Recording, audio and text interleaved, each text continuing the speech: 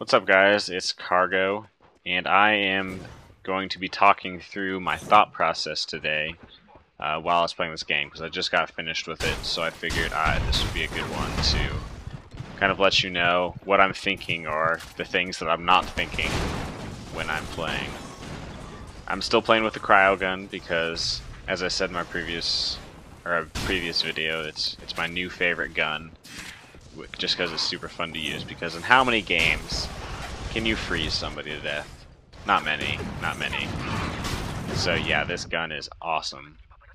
I'm fast forwarding right now because I started off really horribly, so it's essentially just like 5 minutes of me sucking ass. So I'm letting you see, just so it's full disclosure and you know that I started horribly, but I'm speeding through it so you don't have to, so it's not as painful. But the cryogun is a really good gun. I like it. You get secondary, you can like freeze somebody, and then so they can't turn around as fast, and it's harder to hit you. The only thing I would say, and I'm not sure whether this is unfair or whether it's just a fact of the game, but you always get tons of assists when playing with a cryogun. A lot of it's just because you're firing constant streams, so you'll hit a lot of people that you don't necessarily kill.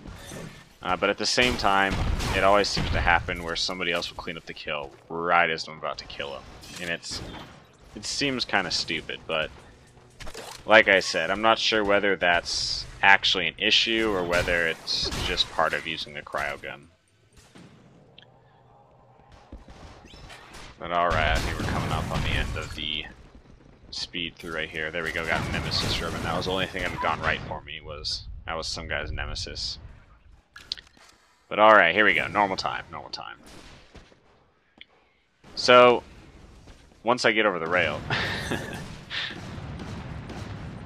there's not much that happens in between when I'm going from me to the battle, just like most people.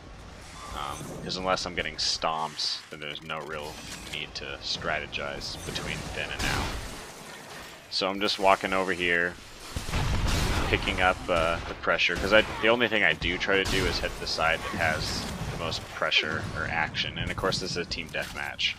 So that kind of strategy would be more useful in objective-based games, but I still do the same here because that's where all the guys are, and I want to kill people.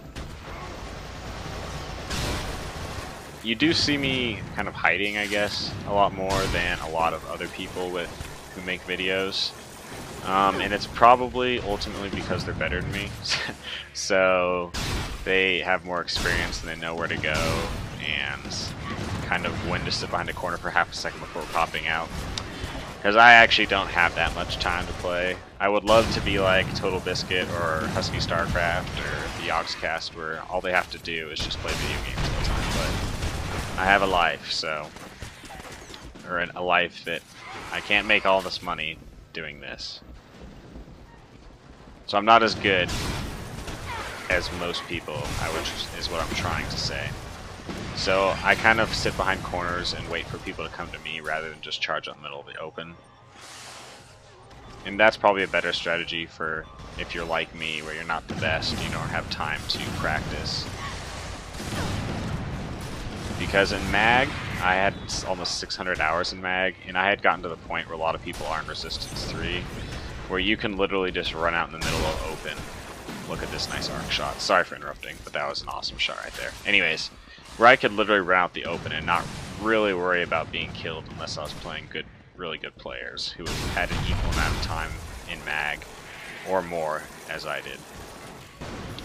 But yeah, if you don't have a whole lot of time, like me, then probably being a little bit more cautious will serve you well. But I mean, cautious doesn't necessarily mean you can't be aggressive, it just means being aggressive at the appropriate time. And also, a good way to use the cryogun is, most of you have probably used it a lot already. I just got to it.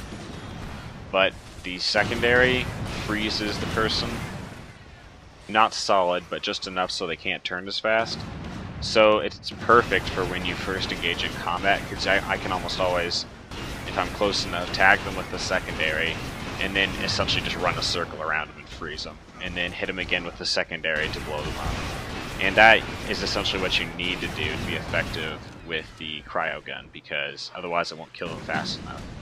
And I think that's a lot of times how the kills get stolen and I get assists, is because I won't use my secondary to end it, and so somebody else just cleans it up. Here's my 9 kill streak. And if you notice, there's a hologram to my left. At least I think it's a hologram. I'm not quite sure. Yeah, it was a hologram. I'm not quite sure how I knew it was a hologram, or whether I just ran past it obliviously hoping it wasn't a guy. That was, I think, one of the oversights that I just got lucky on. I also always forget to heal up when I have my 9 kill streak. I kind of forget that you actually can heal you regen health with your 9 kill streak. And I usually end up killing myself because I'm just suiciding myself in places when I really don't have to. Like right here was another situation where I was camping out, not charging, kind of seeing where people were.